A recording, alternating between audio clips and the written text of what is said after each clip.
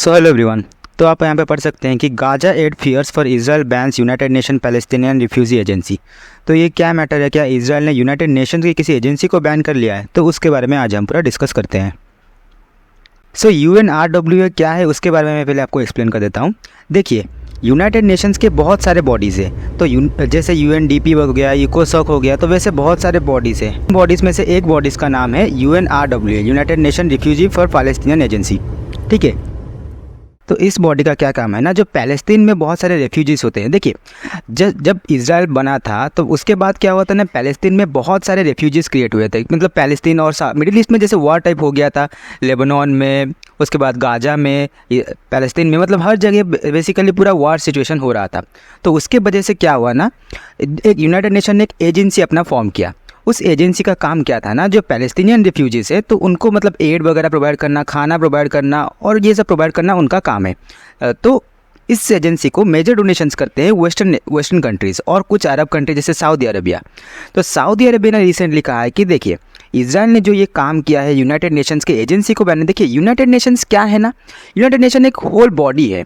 आप कह सकते हैं कि सब कंट्रीज़ मिलकर यूनाइटेड नेशन में काम करते हो। और इजराइल का जो अभी पॉलिसीज़ वगैरह चल रहा है कि यूनाइटेड नेशंस के चीफ को बैन कर लिया, यूनाइटेड नेशंस की इस एजेंसी को बैन कर लिया, यूनाइटेड नेशंस की इस एजेंसी को ऑपरेट करना बैन कर लिया, तो उसकी वजह से जो मिडिल ईस्ट है या फिर कंट्रीज़ में, डिफरेंट कंट्रीज़ में, वेस्टर्न कंट्रीज़ हो गया या फिर एशियन कंट्रीज़ हो गया, तो वहाँ पे क्या हो रहा है ना, यूनाइटेड नेशंस के प्रति उनका ट्रस्ट कम हो रहा है कि भाई देखो, कोई तो आ रहा है, वॉर चल रहा है, यूनाइटेड नेशंस की इस एजेंसी को बैन कर लिया, इस एजेंसी को बैन कर लिया, उसके बाद यूनाइटेड नेशन के चीफ को एंट्री नहीं दे रहा पैलेस्तीन में या फिर इजराइल में। कहा है कि अगर यूनाइटेड नेशंस के चीफ इजराइल में आते हैं तो उनको तुरंत ही अरेस्ट कर लिया जाएगा।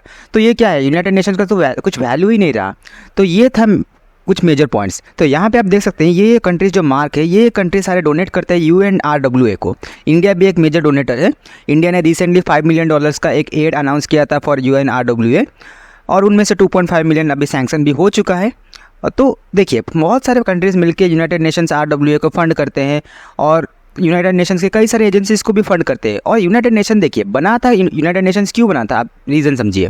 क्योंकि जब अब वर्ल्ड वॉर 2 ख़त्म हुआ था, तब उसके बाद कोई मेजर वॉर ना हो, ना कि जैसे वर्ल्ड वॉर 3 स्टार्ट हो जाए या फिर कुछ हो जाए, तो उसको अवॉइड करने के लिए जनरली यूनाइटेड नेशंस हुआ था, जहाँ पे डिप्लोमेसी में खेल चलता है। तो डिप्लोमेसी में सारा मैटर सॉल्व आउट करने के लिए ये बेसिकली यूनाइटेड नेशंस फॉर्म हुआ था। बट इजराइल क्या कर रहा है ना, यूनाइटेड नेशंस के सारे बॉडीज़ को ही बैन कर रहा है। जैसे यूनाइटेड नेशन के चीफ को कह रहा है कि तुम आओगे, तुमको अरेस्ट कर लेंगे, तो यूनाइटेड नेशंस RWA को बैन कर लिया। तो फ्यूचर में क्या हो सकता है ना, यूनाइटेड नेशंस को बहुत सारे जो बॉडीज़ है जैसे UNDP वगैरह को भी इजराइल बैन कर सकता है कि तुम आके इजराइल में भी काम नहीं कर सकते या फिर पैलेस्तीन में भी काम नहीं कर सकते। तो देखिए, ये एक मेजर प्रॉब्लम है मैं कहूँगा। और देखिए, दुनिया के बहुत सारे कंट्रीज़ इसको कंडेम कर रहे हैं। और देखिए, इजराइल का जो पॉलिसीज़ है ना, वो थोड़ा मतलब हार्श पॉलिसीज़ है मैं कहूँगा। देखिए, गाजा में अभी जो चल रहा है, गाजा में जो नॉर्थ साइड या फिर जो रफा के साइड भी जो चल रहा है, उसकी वजह से क्या हो रहा है ना, बहुत सारे चिल्ड्रंस, बहुत सारे औरत और बहुत सारे मर्द, सब क्या हो रहा है ना, मतलब उनको खाना ही नहीं मिल रहा, आप कह सकते हैं। मैंने रिसेंटली एक वीडियो देखा था, ट्विटर में भी वायरल हुआ था कि ब्रेड के लिए लाखों लोग जाके इकट्ठा हो रहे हैं एक ब्रेड के लिए, सोचिए आप। तो वैसे ही देखिए, अगर मतलब डिजीज़ेस वगैरह भी बहुत सारा फैल रहा है क्योंकि इंफ्रास्ट्रक्चर तो पूरा बर्बाद हो चुका है, टॉयलेट्स नहीं है और हॉस्पिटल्स के ऊपर बॉम्बिंग हो रहा है।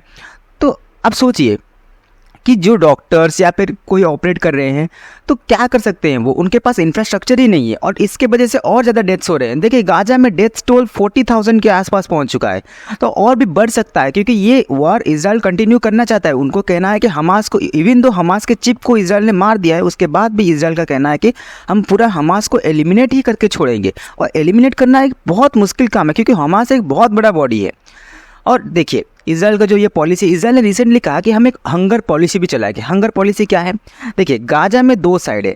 इजराइल ने कहा कि सारे लोगों को हम वार्न कर देते हैं कि आप रफा के साइड चले जाओ। कहा गया कि देखिए, जो नॉर्दर्न गाजा है उस एरिया को पूरा कट आउट कर देगा। कहेगा कि आप यहाँ पे ना ही यूनाइटेड नेशन ऑपरेट कर सकता है, ना ही US से ऑपरेट कर सकता है, ना पे यूरोप की कोई कंट्री ऑपरेट कर सकती है, ना ही एड जा सकता है, ना ही कुछ हो सकता है। उसके बाद कहेंगे कि हम यहाँ, उनका कहना है कि हम यहाँ पे उसके बाद हमास को एलिमिनेट करना शुरू कर देंगे। तो देखिए, अगर वहाँ पे जो लोग ऑलरेडी बैठे हुए हैं वो अगर रफा के साइड चले गए, एक तो रफा के साइड में पॉपुलेशन ज़्यादा हो जाएगा, एक तो UNRWA को बैन कर दिया, तो उसके बाद क्या करेगा जो रफा के लोग हैं, जो गाजा के लोग हैं, वो क्या करेंगे? उनको तो खाना भी नहीं मिलेगा। अभी तो इतना खाने का प्रॉब्लम हो रहा है, तब कितना खाने का प्रॉब्लम होगा, आप ये सोचिए ना। बट देखिए, इसराइल ने ये पॉलिसी कहा है कि हम इम्प्लीमेंट करेंगे स्टारवेशन पॉलिसी, जो कहते हैं उनके हंगर पॉलिसी।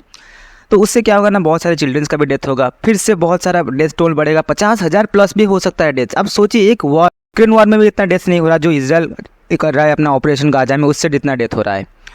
तो देखिए, यूनाइटेड नेशंस के इस एजेंसी को बैन करना मैं कहूँगा अपना ओपिनियन से एक अच्छा पॉलिसी नहीं था इसराइल के लिए, बट स्टिल आपका क्या ओपिनियन है आप बताइए। Thank you. जय हिंद, जय भारत।